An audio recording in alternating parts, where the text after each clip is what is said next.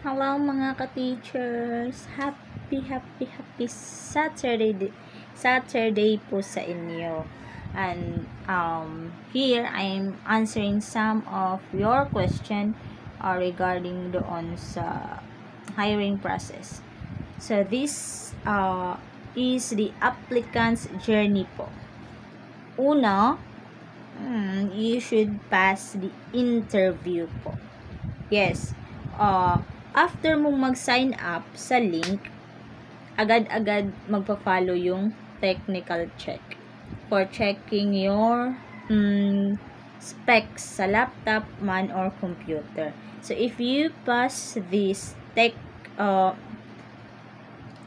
check, ganun, mapupunta ka ngayon sa interview.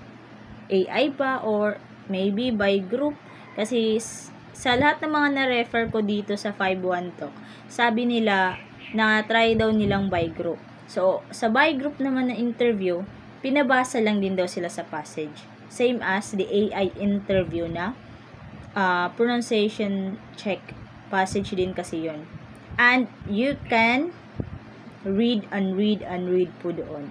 Like me, nakatatlong ulit po ako sa pronunciation. At hindi ko po yun tinatago na, talagang may mali po talaga sa pronunciation. May mali po talaga sa pronunciation ko. That time, kasi nga, nahihirapan pa ako dahil bago yung pustiso ko ng that time. So, ayun, buti sa awa ng Diyos nakapasa. So, tapos na tayo sa number 1. You should pass the interview. So, pag napas mo yun, meron ding interviewer, Filipino. Thumbs up, thumbs down, of course, and you need to introduce yourself. Okay, yun lang po yun. After nun, pag nakapasa ka nun and all the requirements, pupunta ka ngayon sa PSO. So, PSO stands for what? Pre-service orientation. Okay. So, yun na yun. Hindi ko na papahabain. Kayo na mismo pumasok sa PSO. Okay? Hindi yun birth certificate, ha? So, NTT. Sunod sa PSO, mapupunta ka ngayon sa NTT. So, NTT stands for New Teachers Training Program. Anong gagawin? A-attend ka lang, it's either 3 hours or 8 hours. Ayun yung pinakamatagal. Kasi sa part ko that time, nung nag-apply ako, last Feb, 8 hours yun. Tapos, lahat doon, ipipresent sa'yo. Bali, tawag dito sa kung sa reporting case pa, introduction, kumbaga yun. So, paano ano yung portal mo, my page, paano yun gamayin, paano yun, basta lahat about sa my page at sa mga bansa. Okay? Like Saudi, and iba pang bansa na madaming bawal at ng mga rules ituturo sa inyo. Andun yun sa NTT. And after NTT, ibibigay sa'yo yung material kasi magpo-proceed ka na naman sa this one. Teaching demo. Again, teaching demo. Ayun po yung kasunod. After mong mapasa yung teaching demo, matapos mo yan agad-agad sa oras na yan, pa-follow up, magme-message agad si Miss Teams sa'yo or si 5-1 Talk na you've passed the demo and pwede ka nang mag-onboarding. After onboarding, of course, di ka pa makakapag-open ng slot, ha. Meron ka na yung teacher's name, ma-open mo na yung my page portal mo, and then after onboarding, saka mo siya ma-open pag launching na. Yun po. So, ito yung last step. And, mga follow-up question, normal lang po ba na wala pang student or nag-book sa'yo pag sa bago ka pa lang or first week mo?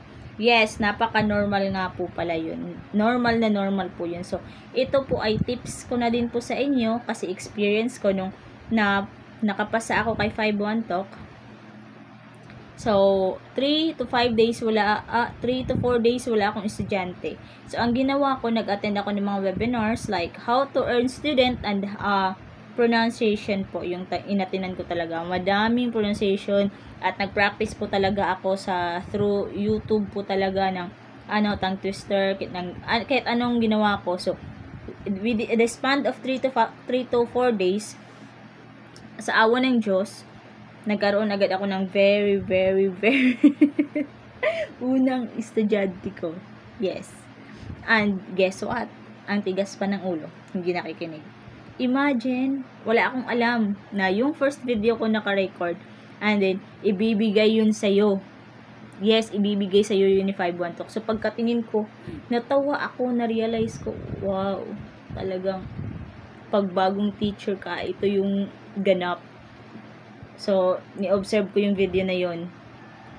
Natawa ako sa pronunciation, sa lahat ng grammar kasi bali-baliktad. Hindi ko na-compose yung sarili ko or na-manage or paano i-handle yun. Kasi nga, first student ko yun. And first experience ko dito na pagtuturo kay 512. May experience ako sa labas, pero not talaga on these settings talaga. So, ayun yung nangyari. So, tips ko sa inyo na nandun, huwag kayong masad na wala pang booking sa mga bagong teacher dyan. At, as a new teacher, i-compose mo yung sarili mo. Paano mo i-handle yung situation na gano'n. Ayun yung mga tips. So, kung may mga gusto pa kayong itanong, feel free to drop your questions sa comment or ask me anytime sa live ko. Kasi, mostly, nagla-live po ako at doon ako sumasagot ng mga tanong. Kasi napakahaba na ng video na to at baka hindi nyo tapusin. Diyos mio, Marimar. Okay, so yun naman po yung masasabi ko. And, ano pa ba? Wala na. Bye-bye.